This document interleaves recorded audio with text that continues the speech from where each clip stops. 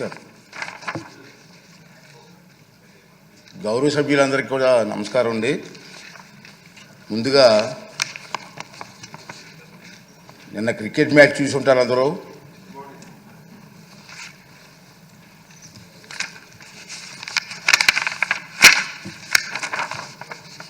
దాని గురించి సభలో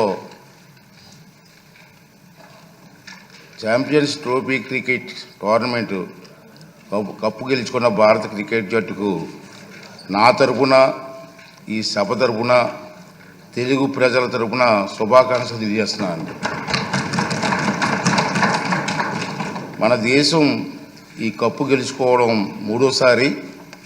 ఈ దఫా టోర్నమెంట్లో ఒక మ్యాచ్ కూడా ఓడకుండా కప్పు గెలిచినటువంటి భారత జట్టుకు, కెప్టెన్కు, జట్టు సభ్యులందరికీ కూడా మన ఆంధ్ర రాష్ట్ర అసెంబ్లీ తరఫున మన అందరం కలిసి శుభాకాంక్షలు తెలియజేస్తున్నామండి.